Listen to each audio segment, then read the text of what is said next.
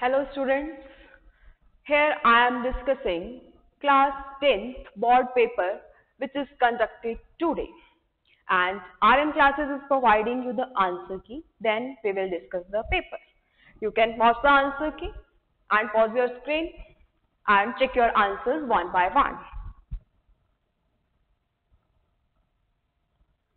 First we will start with section A.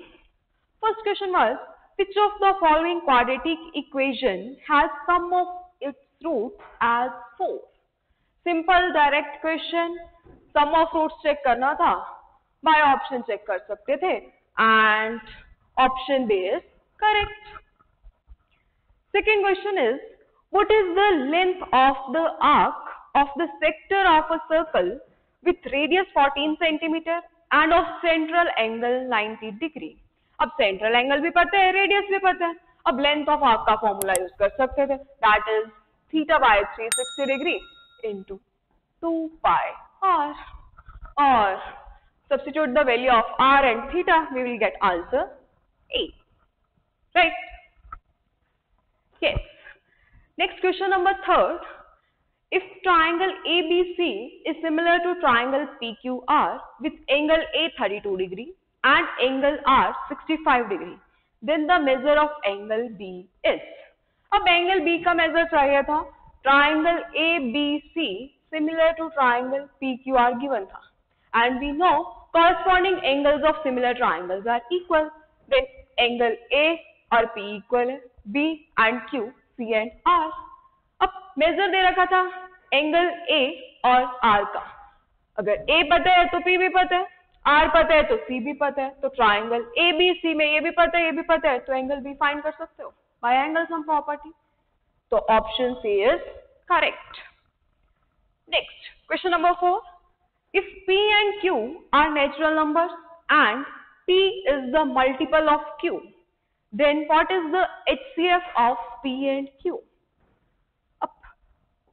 P and Q are natural numbers. P is multiple of Q. Q into some K, and other one is Q. अब इनका HCF चाहिए P और Q का, तो दिख ही रहा है HCF will be Q, तो option C is correct. Next question number 5th.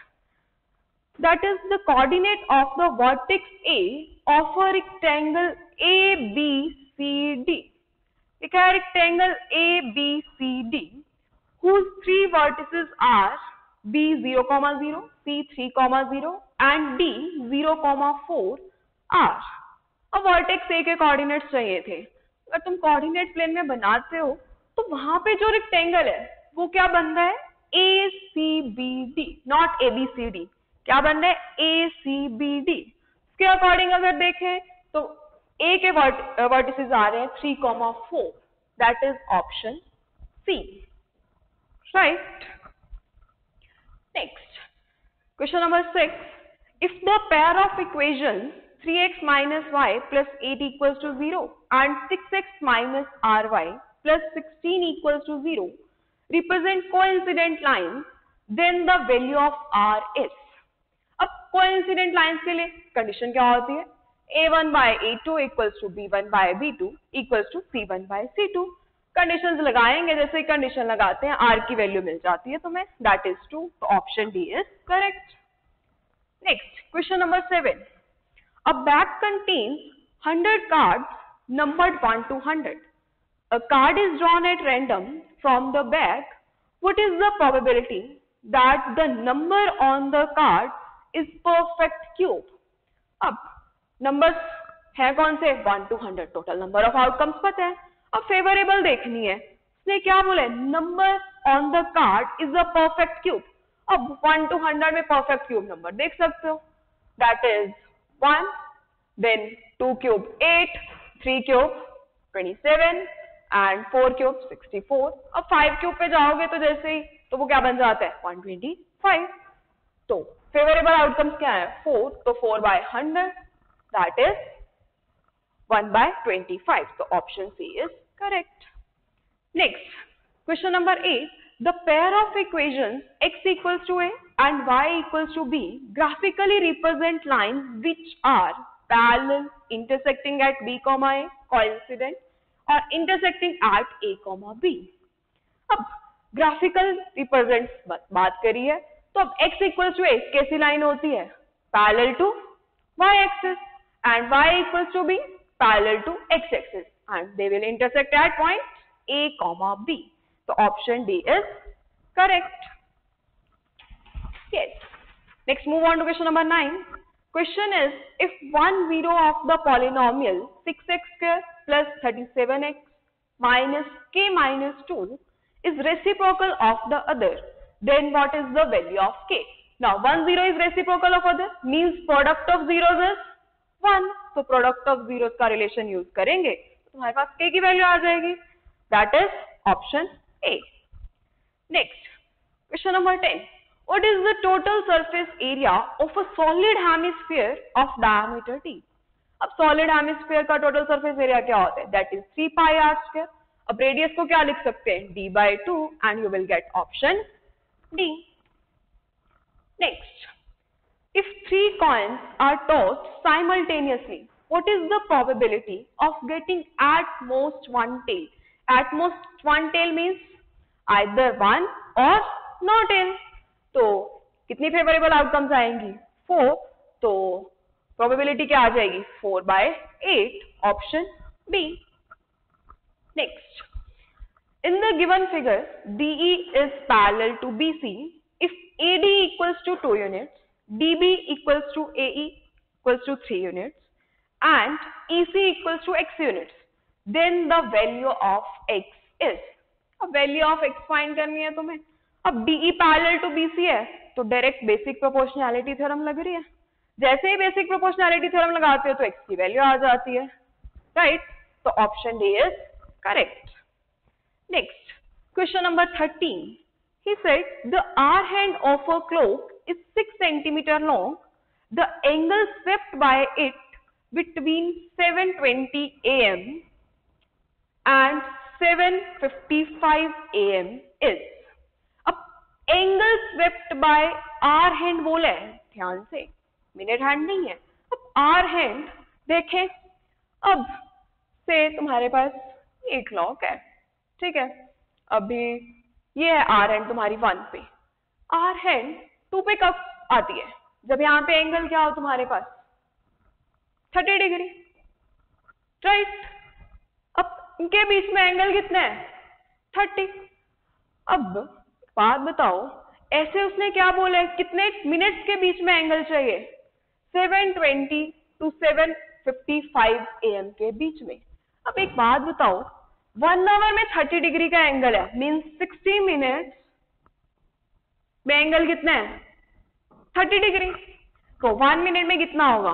30 degree by 60।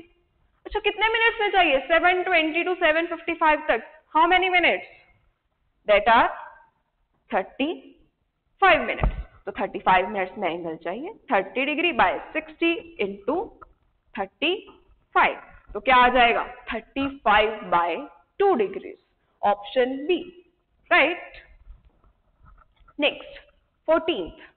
The zeros of the polynomial p of x are given by।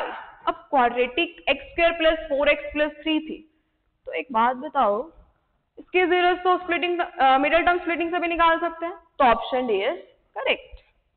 Next, 15th. In the given figure, the quadrilateral PQRS circumscribes the circle. Here PA plus CS is equal to। अगर ध्यान से देखो, PA किसके equal होगा? PD के, tangent from an external point, और CS किसके equal होगा? DS के। तो फिर PD plus DS है किसके इक्वल? PS के, option C, right? Next, question number 16. If alpha and beta are the zeros of the quadratic polynomial p of x equals to x² minus ax minus b, then the value of alpha square plus beta square is। अब किसकी value चाहिए? Alpha square plus beta square. ये कहां से find कर सकते हैं? ये होता क्या है? Alpha plus beta whole square minus 2 alpha beta. अब पॉलिनोमियल पता है तो अल्फा प्लस बीटा भी निकाल सकते हैं, that is a, and alpha into beta that is minus b। इसमें सब्स्टिट्यूट कर देंगे, तो option B is correct, right. Next, the area of the triangle formed by the line x by a plus y by b equals to 1 with the coordinate axis is। अब हमें क्या चाहिए? Area of the triangle formed by the line. अब line क्या है? x by a plus y by b equals to 1। अगर simplified form में लिखूं तो क्या बन जाएगा? bx plus ay equals to ab। अब कोई भी लाइन है, ठीक है, से ऐसी सी कोई लाइन होगी। अब मुझे चाहिए area of the triangle formed by the line and the coordinate axis, means इस ट्राइंगल का एरिया चाहिए। अब ट्राइंगल का एरिया अगर ये मिल गया और ये मिल गया तो प्रॉब्लम सॉल्व। अब कैसे निकालें? बेस और हाइट चाहिए। अब एक बात बताओ, ये क्या है? Point of intersection of the line with the x axis. अब एक्स एक्सिस के साथ इंटरसेक्शन पॉइंट चाहिए। एक्स एक्सिस पे वाई कोऑर्डिनेट क्या होता है? 0। अच्छा, y को यहाँ पे 0 रखूंगी तो x क्या आ जाएगा तुम्हारे पास? a। तो कोऑर्डिनेट्स क्या आ गए? a, 0।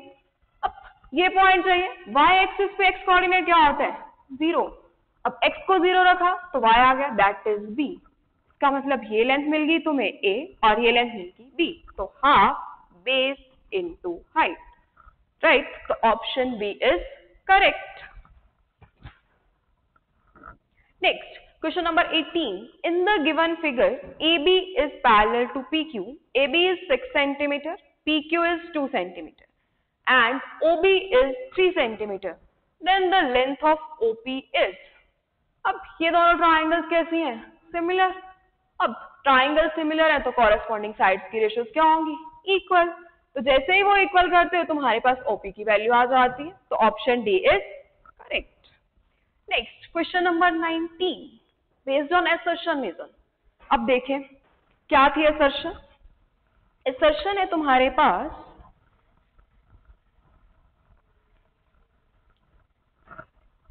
that is a tangent to a circle is perpendicular to the radius through the point of contact।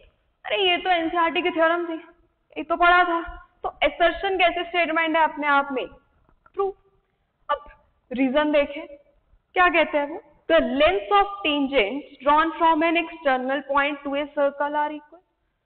अब रीजन भी अपने आप में ट्रू स्टेटमेंट है, ये भी क्या है? एनसीईआरटी की थ्योरम। तो रीजन भी ठीक है। क्या रीजन करेक्ट एक्सप्लेनेशन है असर्शन की? नो।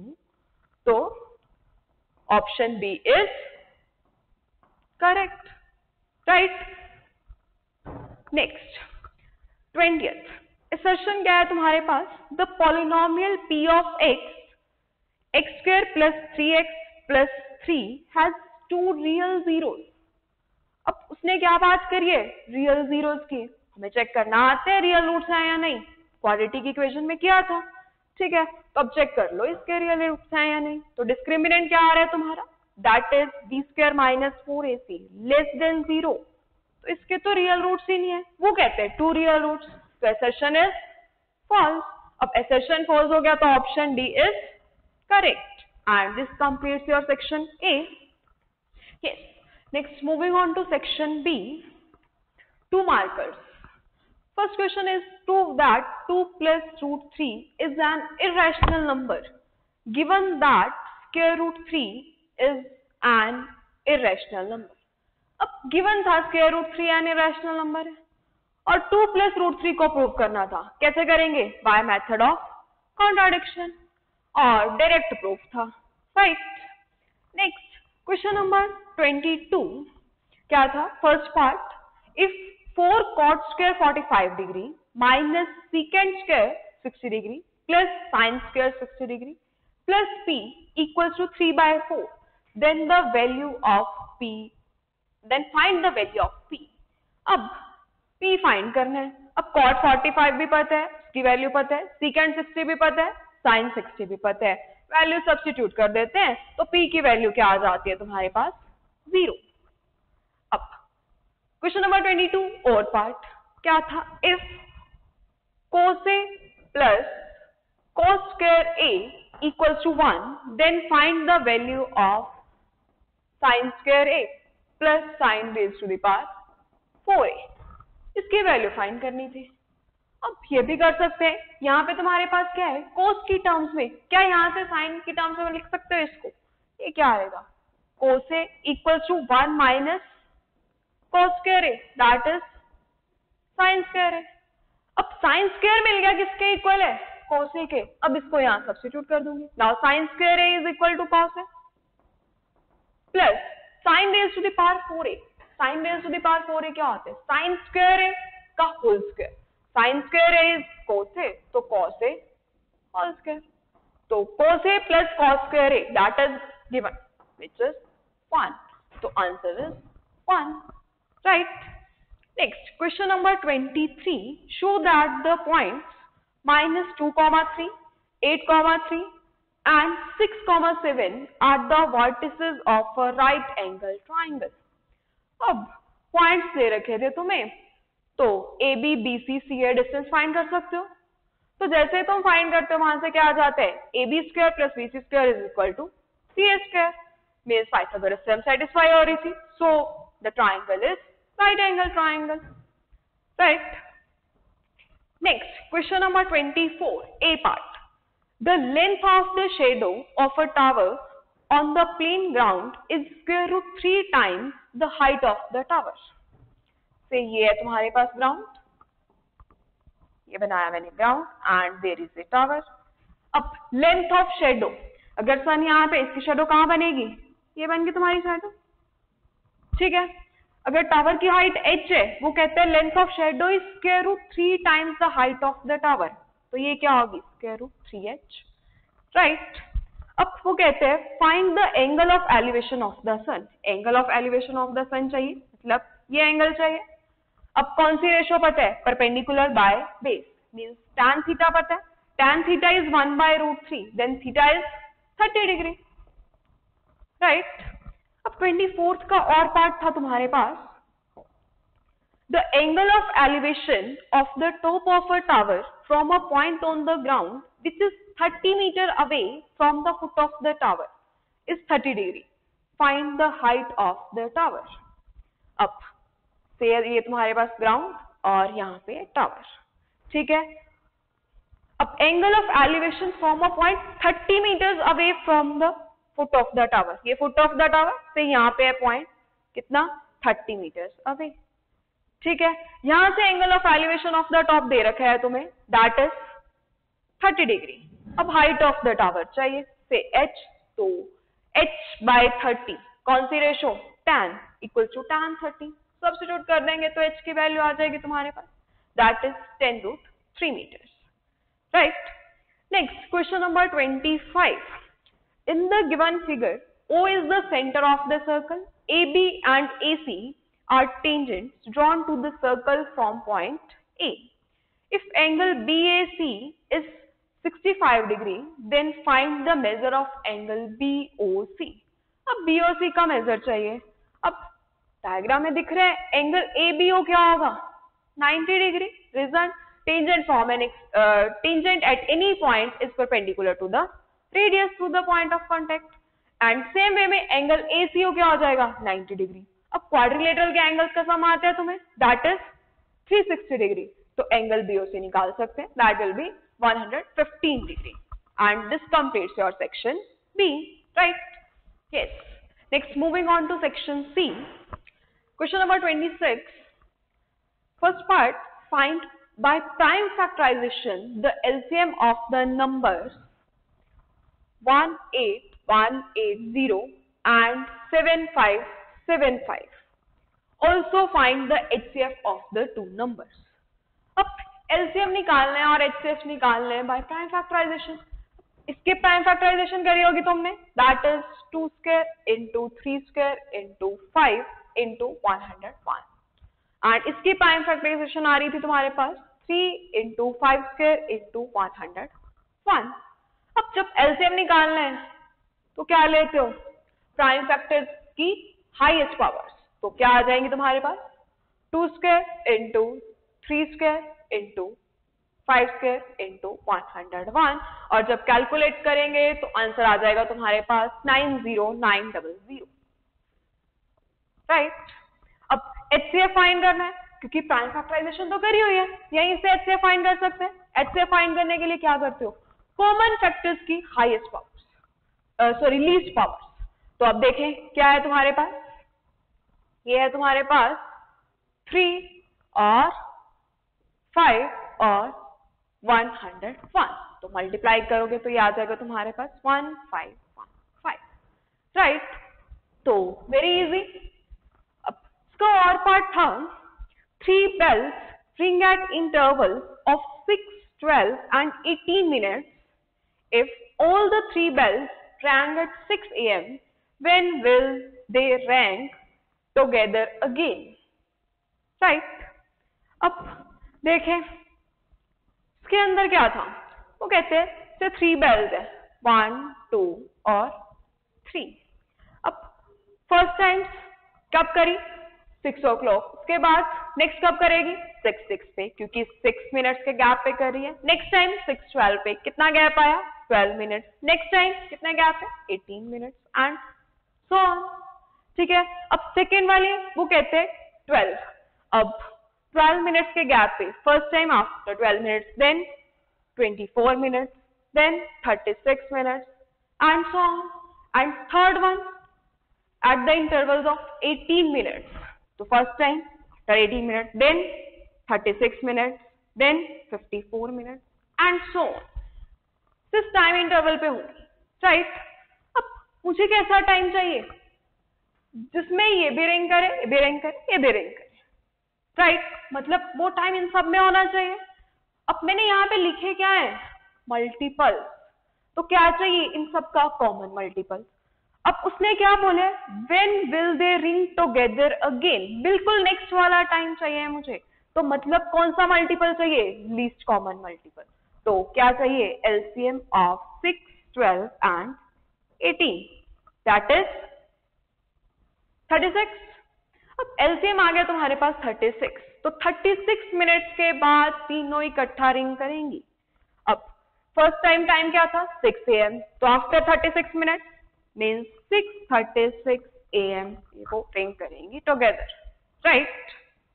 नेक्स्ट क्या था तुम्हारे पास, question number 27, prove that 1/cos theta minus cos theta into 1/sin theta minus sin theta equals to 1/tan theta plus cot theta. अब ट्रिग्नोमेट्रिक आइडेंटिटी प्रूव करनी थी, right. अब लेफ्ट हैंड साइड दे रखी थी तुम्हें, that is 1/cos theta minus cos theta into 1/sin theta minus sin theta। अब जब इसको सिंप्लीफाई करेंगे तो क्या करेंगे, पहले इन दोनों का एलसीएम ले लेंगे, क्या बन जाएगा 1 minus cos square theta upon cos theta, और ये क्या बन गया 1 minus sin square theta upon sin theta। अब 1 minus cos square क्या होता है sin square theta upon cos theta into 1 minus sine square क्या होता है cos square theta upon sin theta. अब एक cos से एक cos कट रहा था, एक sin से एक sin कट रहा था, this become sin theta into cos theta. अब राइट हैंड साइड में क्या है तुम्हारे पास 1/tan theta plus cot theta. अब उसको भी sin और cos की टर्म्स में लिख लेते हैं। अब राइट हैंड साइड को जब मैंने सिंप्लीफाई करूंगी तो क्या आएगा 1/tan theta plus cot theta था, now tan is sin theta by cos theta और cot theta is cos theta by sin theta. अब डिनोमिनेटर में सिंप्लीफाई करें तो cos theta into sin theta आ गया तुम्हारे पास एलसीएम, तो ये क्या बन जाएगा sin square theta plus cos square theta that is 1, तो आ जाएगा cos theta into sin theta. Now from 1 and 2 left hand side is equal to right hand side, यही तो करना था, राइट। नेक्स्ट क्वेश्चन है तुम्हारे पास 28। Question is if Q 0,1 is equidistant from points P 5,-3 and R x,6 then find the value of x। अब उसने क्या बोले point Q that is 0,1 equidistant from P 5,-3 and R x,6। अब ये distance और ये डिस्टेंस क्या है इक्वल। अब x की वैल्यू चाहिए, क्या ये डिस्टेंस फाइंड कर सकते हो? PQ with the help of distance formula, ये आ जाएगा। अच्छा QR फाइंड कर सकते हैं, ये भी आ जाएगा with the help of distance formula. अब ये दोनों इक्वल है तो एक क्वाड्रेटिक बन जाएगी, वहां से x की वैल्यूज आ जाएंगी, राइट? तो x आ रहा है तुम्हारे पास +-4। Next question number 29. Question is, a car has two wipers which do not overlap. Each wiper has a blade of 21 centimeter sweeping through an angle of 120 degree. Find the total area cleaned at each sweep of the two blades. अब देखें, अब कैसे area, अब से ऐसा angle बनते हैं, that is 120 degree, ठीक है, बाय वन प्लेट। कौन सा एरिया स्वीप होगा? This one. ये है क्या तुम्हारे पास? Area of sector of the circle. अब ऐसे कितने ब्लेड्स हैं? 2 ब्लेड्स हैं, तो उसने क्या बोला है? Find the total area cleaned at each sweep of the 2 blades, right? अब each sweep of the 2 blades मतलब 2 into area clean by 1 blade. अब 1 ब्लेड कितना एरिया क्लीन करेगा? Area of this sector. अब एरिया ऑफ सेक्टर का formula क्या होता है? θ/360 डिग्री इंटू πr², राइट? तो थीटा पता है तुम्हें, θ/360 डिग्री, रेडियस भी पता है, ने बोला 21 सेंटीमीटर लेंथ है तो रेडियस इज 21 सेंटीमीटर, तो तुम ये फाइंड कर सकते हैं। Option answer is 924 centimetre square. Next question number 30। First part था, if the system of linear equations have infinite number of solutions then find the values of a and b। अब system has infinite number of solutions, तो condition क्या होगी? a1/a2 equals to b1/b2 equals to c1/c2।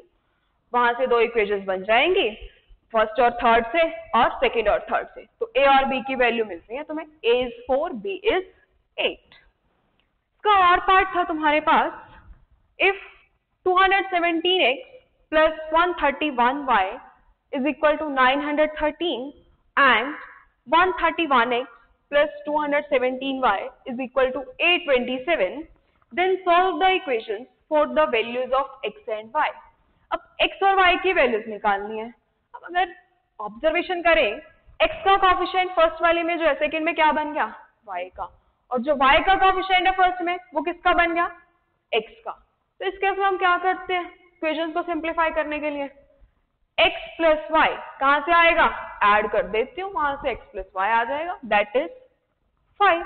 अब अगर एक बार subtract कर दूं तो क्या आ जाएगा तुम्हारे पास? x minus Y that is 1। तो इसको सॉल्व करना आसान है, यहां से x और y निकाल सकते हैं। x is 3 and y is 2, right? और नेक्स्ट क्वेश्चन नंबर 31। क्या था क्वेश्चन? वो कहते हैं, इन the given figure O is the center of the circle and QPR is the tangent to it at P.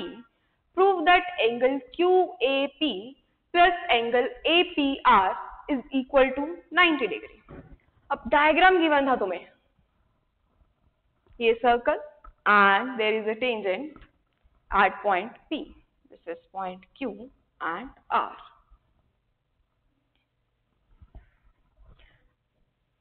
को ज्वाइन किया हुआ है B, O, A, राइट? अब हमें क्या प्रूव करना है? Angle QAP plus angle APR is equal to 90 degree, right? अब कैसे प्रूव करें? अब देखें किस एंगल पे जाना था तुम्हें? Angle QAP this angle and angle APR this angle, इनका सम चाहिए तुम्हें 90 डिग्री। अब तुम्हें क्या पता है? QR is tangent. अब ये टेंजेंट है, OR क्या है? रेडियस, और हमें पता है radius is perpendicular to the tangent through the point of contact. ये पूरा एंगल मुझे पता है, दैट इज 90 डिग्री। अब ये एंगल किससे मिलके बने? Angle OP R is 90 and angle OPA plus angle APR is equal to 90. यही लिखा मैंने. अब मेरी पिक्चर में APR तो आ गया, अब मुझे क्या चाहिए? QAP, ये एंगल चाहिए. उसकी जगह है कौन सा एंगल? ये वाला. अच्छा, ये और ये एंगल्स क्या होंगे? इक्वल. क्यों? OA क्या है? रेडियस. OP क्या है? रेडियस.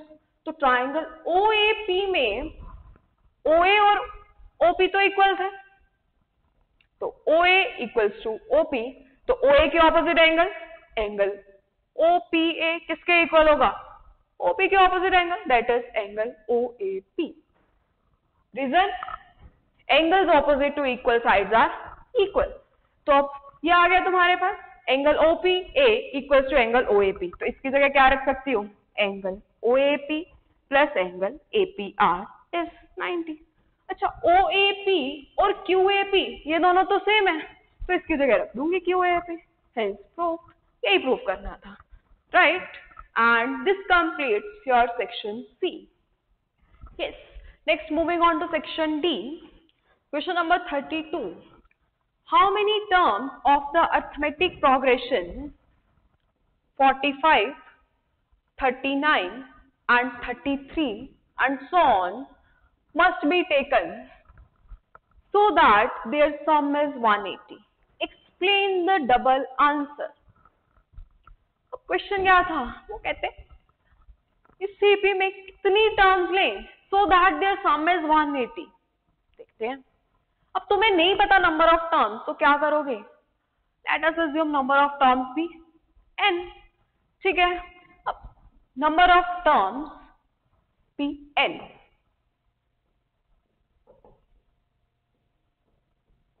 ठीक है. अब फर्स्ट टर्म यहाँ पे क्या है? 45. That is A is 45. अच्छा, और क्या चाहिए होता है तुम्हें? D. कॉमन डिफरेंस कितना है? 39 minus 45, that is minus 6, right? अब नंबर ऑफ टर्म्स क्या है? n. और क्या दिया था तुम्हें? Sum of these n terms, that is 180. और क्या पता था? Sn is equal to 180.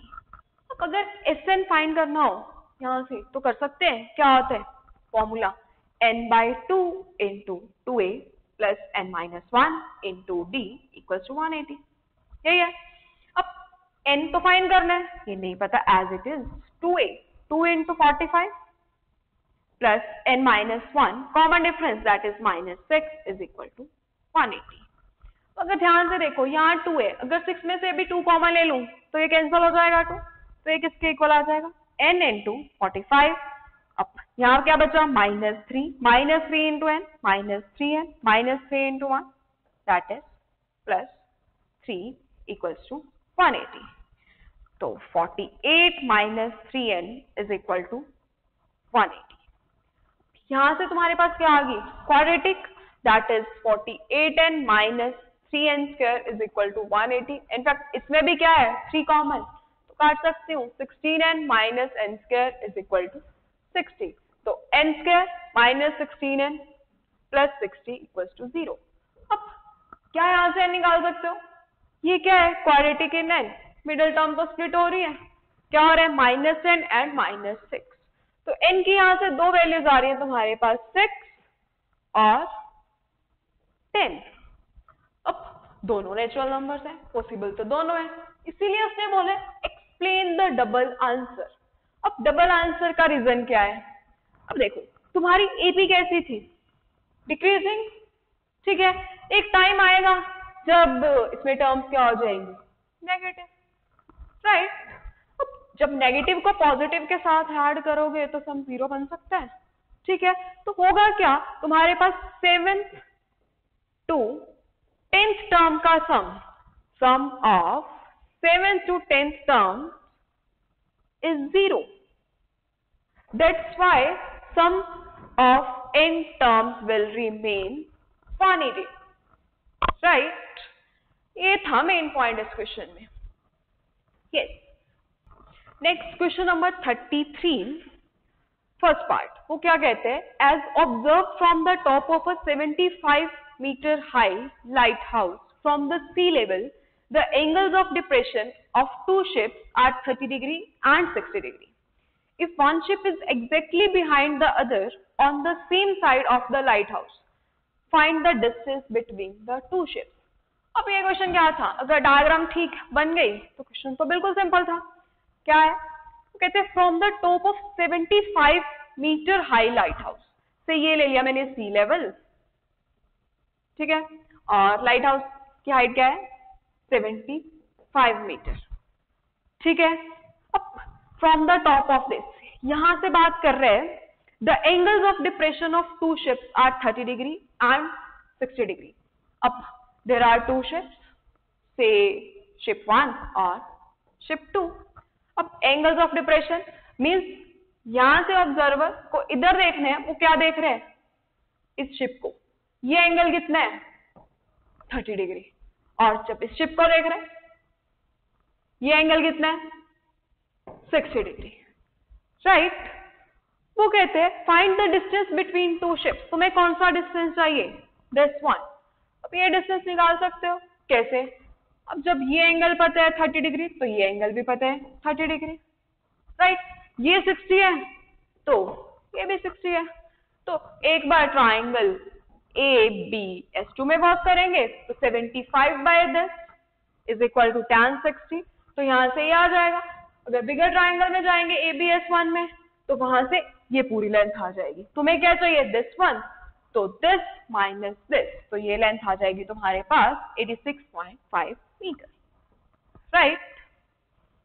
Yes. Next question number 33 B part. क्या है question? From a point on the ground the angle of elevation of the bottom and top of a transmission tower fixed at the top of 30 meter high building are 30 degree and 60 degree respectively. Find the height of the transmission tower. अब इसमें भी क्या है? Diagram base. ये क्या बोले? से ये ग्राउंड है and there is a building of height 30 meter, right? And there is a transmission tower at the top of the building. से ये है तुम्हारे पास टावर और इसकी हाइट से h. अब वो कहते हैं from a point on the ground the angle of elevation of the top and bottom are 30 degree and 60 degree respectively, ठीक है. अब ये एंगल दे दिया उसने कितना? 30 degree and this angle is 60 degree. अब हमें क्या चाहिए? ये h. अब ये h कैसे फाइंड करेंगे? अच्छा, अगर ये लेंथ मिल गई तो प्रॉब्लम सॉल्व, ठीक है. अब ये लेंथ किस ट्राइंगल से मिल जाएगी? ट्राइंगल ए बी सी से. अगर ये फाइंड कर लिया तो बिगर ट्राइंगल में tan रेशो से h plus 30 by this is equal to tan 60. तो ये लेंथ भी फाइंड कर सकते हो. तो हाइट ऑफ द टावर आ जाएगी तुम्हारे पास 60 metre, right. Next question number 34 क्या था? A student noted the number of cars passing through a spot on a road which is for 100 periods each of 3 minutes and summarized it in the table given below. Find the mean and median of the following data. अब table given था, mean find करना था. बिल्कुल direct है. Mean कैसे find कर सकते हो? तीनों में से कोई भी मेथड यूज कर सकते हो, राइट. अब फॉर्मूला जो तुम्हें अच्छा लगे. और मीडियन फाइंड करना था. मीडियन का एक ही फॉर्मूला है, डायरेक्ट फॉर्मूला अप्लाई करते तो मीन और मीडियन दोनों फाइंड कर सकते थे. तो मीन आ रहा है तुम्हारे पास 40.7 एंड मीडियन आ रहा है 42, right. Yes. Next question number 35 A part. वो कहते हैं sides A B and B C and median A D of a triangle A B C are respectively proportional to sides PQ and QR and median PM of triangle PQR. Show that triangle ABC is similar to triangle PQR. क्या given था? There are two triangles, triangle ABC and triangle PQR. वो कहते हैं sides AB, BC and median AD. Median ले लिया मैंने AD. And sides PQ, QR and median PM. PQ, QR and median PM are proportional to the ये क्या है? Proportional. अब तुम्हारे पास गिवन क्या है? AB, BC और AD किसके प्रोपोर्शनल है? Sides PQ, QR and median PM ये दे रखे थे तुम्हें इक्वल। अब प्रूफ क्या करना था? Triangle ABC similar to triangle PQR। अब सिमिलैरिटी के लिए तुम्हारे पास क्राइटेरियाज होते हैं, कौन कौन से? एंगल एंगल, साइड और ट्रिपल एस। अब देखें यहाँ पे एंगल की तो बात नहीं, कौन सा रूल लगा सकते हैं फिर? या तो SAS या फिर SSS। अब ये जो ट्राइंगल्स हैं इसमें कौन सी साइड्स हैं? AB के कॉरस्पॉन्डिंग इधर क्या है? PQ। BC के कॉरस्पॉन्डिंग इधर क्या है? QR। अब इनकी रेशियोज तो हमें पता है इक्वल है, दो साइड्स के कॉरस्पॉन्डिंग साइड्स की रेशियो पता है तुम्हें, का मतलब अगर इंक्लूडेड एंगल इक्वल हो जाए तो मेरी प्रॉब्लम सॉल्व। तो SAS रूल से ट्राइंगल्स क्या हो जाएंगी? सिमिलर। अब ये एंगल और ये एंगल इक्वल कैसे हो? बात तो एंगल्स की इक्वालिटी कहां से आ सकती है? सिमिलैरिटी ऑफ ट्राइंगल से। तो अब अगर मैं ट्राइंगल ABD और PQM को सिमिलर कर देती हूँ तो मेरी प्रॉब्लम सॉल्व। तो देखिए triangle ABD and triangle PQM में क्या क्या पता है तुम्हें? देख लेते हैं। वो कहते हैं AB बाय PQ किसके इक्वल है? AD बाय PM के, ये चीज पता है। अच्छा एक बात बताओ, मीडियन बोला है BC यहाँ पे, QR यहाँ पे, अब D क्या था? Mid point of BC। तो BC को क्या लिख सकती हूँ? 2 टाइम्स BD। और QR को क्या लिख सकती हूँ? 2 टाइम्स QM। तो मेरे को तीनों साइड्स की रेशियोज नहीं मिलेगी equal. AB by PQ is equal to BC को लिख लिया 2 टाइम्स BD और QR को लिख लिया 2 times QM is equal to AD by PM। यहां से तीनों साइड्स की रेशियोज क्या होंगी? इक्वल। तो ट्राइंगल ABD क्या मिल गया? Similar to triangle PQM by SSS rule. ठीक है, अब यहां से B और Q क्या हो गए? Equal by corresponding parts of similar triangle. तो इसका यूज मैं इसके लिए कर लूंगी, angle B equals to angle Q and AB by PQ is equal to BC by QR। तो triangle ABC similar to triangle PQR by which rule? SAS rule. यही prove करना था। इनफैक्ट NCERT का डायरेक्ट क्वेश्चन था, question number 12, right? Yes. Next और part देखें क्या था और पार्ट। वो कहते हैं through the mid point M of the side CD of a parallelogram ABCD the line BM is drawn intersecting AC in L and AD produced in E. Prove that EL is equal to 2 times BL. अब diagram बनाएं। वो कहते हैं through the mid point M of side CD of a parallelogram. तो parallelogram बनाया हमने ABCD, right? अब mid point क्या लेना है? किस साइड का? CD का। M, a line BM is drawn, BM drawn, अब इंटरसेक्टिंग AC in L, ये बनाया मैंने AC, कहाँ इंटरसेक्ट कर रही है? L पे, and AD produced in E, अब AD को प्रोड्यूस किया, इसको कहाँ मीट कर रही है? E पे, राइट? अब वो क्या कहते हैं? Prove that EL is 2 times BL। ये लेंथ जो है क्या प्रूव करनी है? 2 टाइम्स BL, राइट? एक बात बताओ, EL 2 टाइम्स BL करना है, इसका मतलब क्या है? EL बाय BL क्या करना है? 2/1। मतलब ये रेशियो करनी है तुम्हें 2/1। अब रेशियोज पे जाना हो किसकी हेल्प से जाते हैं? सिमिलैरिटी की। अब इसके लिए तुम्हें क्या ढूंढनी पड़ेंगी? Similar triangles. सिमिलर ट्राइंगल्स कैसे ढूंढे? EL किस ट्राइंगल का पार्ट है? ट्राइंगल AEL का। एंड BL किस ट्राइंगल का पार्ट है? ट्राइंगल BLC का। तो क्या ये और ये ट्राइंगल सिमिलर है? Triangle ALE and triangle CLB। देखो जरा ये कौन से एंगल्स है, वर्टिकली ऑपोजिट एंगल्स, ये इक्वल है। और क्या पता है तुम्हें, दिस इज अ पैरेललोग्राम, ये लाइन और ये लाइन पैरेलल है, तो ये एंगल और ये एंगल भी कैसे है, अल्टरनेट इंटीरियर एंगल, ये भी इक्वल है। तो by a similarity rule these two triangles are similar. तो ट्राइंगल ALE सिमिलर था ट्राइंगल CLB, राइट। अब यहां से रेशो पे जाने हैं, कौन सी चाहिए, EL कहां पे है, सेकेंड थर्ड, ठीक है, EL लिया, उसके कॉरस्पॉन्डिंग इधर क्या है, BL। अब देखें, जाना तो 2:1 पे है, यहाँ पे तो साइड्स की रेशो आएगी। अब कौन सी साइड्स के बारे में पता है, पैरेललोग्राम है तो किसका यूज करोगे, opposite sides of parallelogram are equal, right.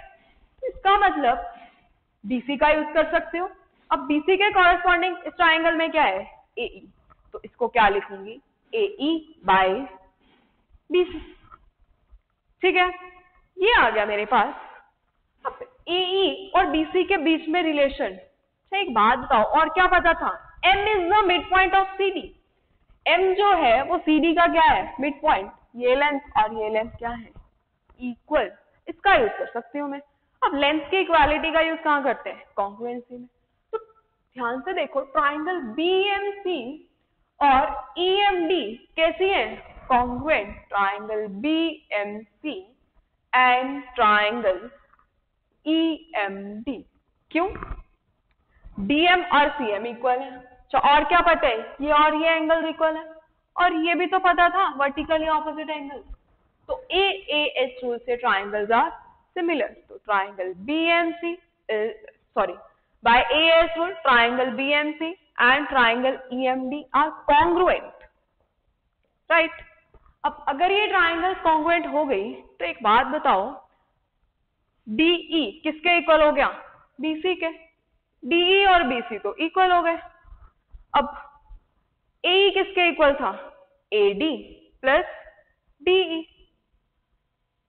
अब AD प्लस DE कितने हैं, BC के इक्वल, DE की जगह क्या रख सकती हूँ, BC, DE की जगह BC रख सकती हूँ, और AD देखें जरा, AD क्या है, ऑपोजिट साइड्स ऑफ पैरेललोग्राम, तो ये भी क्या होगा, BC के इक्वल बाय BC। तो 2BC बाय BC क्या बन जाएगा तुम्हारे पास, 2/5। तो EL बाय BL क्या आ गया, 2:1। तो क्रॉस मल्टीप्लाई करोगे तो EL क्या आ जाएगा, 2 टाइम्स BL, राइट। यही प्रूव करना था तुम्हें। And this completes your section D। Yes, next moving on to section E, case study 1। Question है, in an annual day function of a school, the organizers wanted to give a cash prize along with the memento to their best students. Each memento is made as shown in the figure and its base ABCD is shown from the front side. The rate of silver plating is ₹20 per centimeter square. Based on the above, answer the following questions. First question है तुम्हारे पास, what is the area of the quadrant ODCU? Diagram दे रखी थी तुम्हें, circle with centre O and this is point T, this is C, this is A and this is B, और radius दे रखा था 7 सेंटीमीटर और ये लेंथ दे रखी थी 3 सेंटीमीटर। वो कहते हैं what is the area of quadrant ODCO, ये वाला एरिया चाहिए क्वाड्रेंट का। अब एरिया ऑफ क्वाड्रेंट क्या होता है, 1/4 ऑफ एरिया ऑफ सर्कल। तो क्या यूज करोगे, 1/4 पाई r स्क्वायर। अब रेडियस गिवन था दैट इज 7, तो जैसे ही r की वैल्यू रखोगे तुम्हारे पास आंसर आ जाएगा, राइट। सेकेंड पार्ट था तुम्हारे पास, find the area of triangle AOB। अब AOB ट्राइंगल का एरिया चाहिए, कैसी ट्राइंगल है, राइट एंगल। तो राइट एंगल का ट्राइंगल का एरिया कैसे निकालते हो, हाफ बेस इनटू हाइट। अब बेस ये ले लेती हूँ, हाइट ये ले लेती हूँ। अब ये क्या बनेगा, 7 + 3 10, ये क्या है 10, तो half 10 × 10 that is 50 centimetre square. Next third part था तुम्हारे पास, what is the total cost of silver plating the shaded part ABCD, ये पार्ट शेड किया था उसने, ठीक है। अब इस पार्ट को शेड करने के लिए कॉस्ट चाहिए, कॉस्ट तभी मिलेगी जब एरिया मिल जाएगा। अब क्या इस पार्ट का एरिया निकाल सकते हो? इसका एरिया कैसे आएगा? Area of triangle AOB minus area of quadrant. ये एरिया भी फाइंड किया है, ये भी फाइंड किया है। एक आ रहा था एरिया ऑफ ट्राइंगल 50, ये क्या आ रहा है 38.5, तो ये एरिया आ गया दैट इज 11.5। अब रेट ऑफ सिल्वर प्लेटिंग दे रखा था दैट इज ₹20 पर सेंटीमीटर स्क्वायर, तो 20 into difference between this that is 11.5, multiply कर दोगे तो तुम्हारे पास रेट आ जाएगा दैट इज ₹230। इसका और पार्ट था what is the length of arc CD। ये आर्क लेंथ चाहिए थी। लेंथ ऑफ आर्क कैसे निकालते हो? Theta by 360 degree into 2πr। अब थीटा कितना है 90, तो 90 बाय 360 इंटू 2πr। रेडियस दे रखा था दैट इज 7, तो पाई की वैल्यू सब्स्टिट्यूट कर दोगे तो तुम्हारे पास ये भी आ जाएगा 11 centimetre, right. Next case study 2, वो क्या कहते हैं, in a coffee shop coffee is served in two types of cups. One is cylindrical in shape with diameter 7 cm and height 14 cm, and the other is hemispherical with diameter 21 cm. Based on the above, answer the following question. First question है find the area of base of the cylindrical cup. अब cylindrical cup में area of base चाहिए। Base कैसा होता है cylinder का? Circle, तो area of circle चाहिए, तो पाई r स्क्वायर। अब डायमीटर 7 था तो रेडियस है 7/2, तो पाई की वैल्यू रख देंगे तो तुम्हारे पास area of base of cylindrical cup आ जाएगा that is 38.5 centimetre square. Next part था what is the capacity of the hemispherical cup. अब हेमिस्फेरिकल कप की कैपेसिटी, इसके लिए क्या चाहिए? Volume of hemisphere that is 2/3 πr cube, तो 2/3 पाई, अच्छा रेडियस पता है तुम्हें, डायमीटर पता था 21, तो 21/2 क्यूब, तो सिंप्लीफाई करोगे तो तुम्हारे पास आंसर आ जाएगा that is 2425.5 centimetre cube.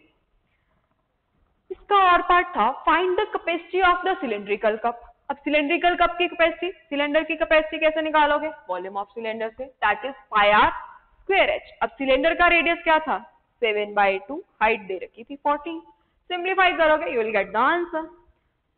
Next third part था what is the curve surface area of the cylindrical cup. अब curve surface area of cylinder क्या होता है 2πrh, radius is 7/2 and height is 14, pi की वैल्यू सब्स्टिट्यूट कर दोगे तो तुम्हारे पास आंसर आ जाएगा is 308 centimetre square. Yes, next case study 3 क्या थी? कहते हैं computer based learning refers to any teaching methodology that makes use of computers for information transmission. At an elementary school level, computer applications can be used to display multimedia lesson plans. A survey was done on 1,000 elementary and secondary schools of Assam, and they were classified by the number of computers they had. तुम्हें table given था number of computers 1 to 10 के बीच में, कितने schools में 250, 11 to 20 में 200 schools में, 21 to 50 में 290 schools में, 51 to 100 में 180 schools में, and 101 and more in 80 schools. One school is chosen at random, then find the probability that the school chosen at random has more than 100 computers. अब more than 100 computers की probability चाहिए। अब एक बात बताओ, total number of schools कितने थे तुम्हारे पास 1000, तो total number of possible outcomes तो क्या थी 1000 डिफरेंट वेज में स्कूल चूज कर सकते हो। अब वो कहते हैं that probability that it has more than 100 computers. अब मोर देन 100 कंप्यूटर्स के लिए हाउ मेनी स्कूल्स 80 स्कूल्स, तो प्रोबेबिलिटी क्या आ जाएगी 80/1000 that is 0.08, right. Second part है तुम्हारे पास, सेकेंड का first, that is find the probability that the school chosen at random has 50 or fewer computers, 50 or less than 50, right। अब 50 और less than 50 में कौन से आ जाएंगे? 1 to 50 तक के सारे। तो अब टोटल नंबर ऑफ स्कूल्स क्या थे? 1000। तो 1000 डिफरेंट वेज में स्कूल चूज कर सकते हैं। अब लेस देन 50, 50 और लेस देन 50 कितने हैं? 250 प्लस 200 प्लस 290। तो ये आ जाएगा तुम्हारे पास 740। तो इसकी प्रोबेबिलिटी क्या आ जाएगी? 0.74। अच्छा, इसका और पार्ट क्या था? वो कहते हैं find the probability that the school chosen at random has no more than 20 computers. No more than 20 computers means 20 और लेस देन 20। अब 20 और लेस देन 20 में कितने हैं? 250 प्लस 200। तो 250 प्लस 200 बाय 1000। तो ये क्या आ जाएगा? 450 बाय 1000 तो 0.45। नेक्स्ट थर्ड पार्ट था find the probability that the school chosen at random has 10 or less than 10 computers। 10 और less than 10 कितने schools हैं? 250। तो फिर probability क्या आ जाएगी? 250 by 1000 that is 0.25, right? And this completes the discussion of the paper, right? Okay, bye bye, thank you.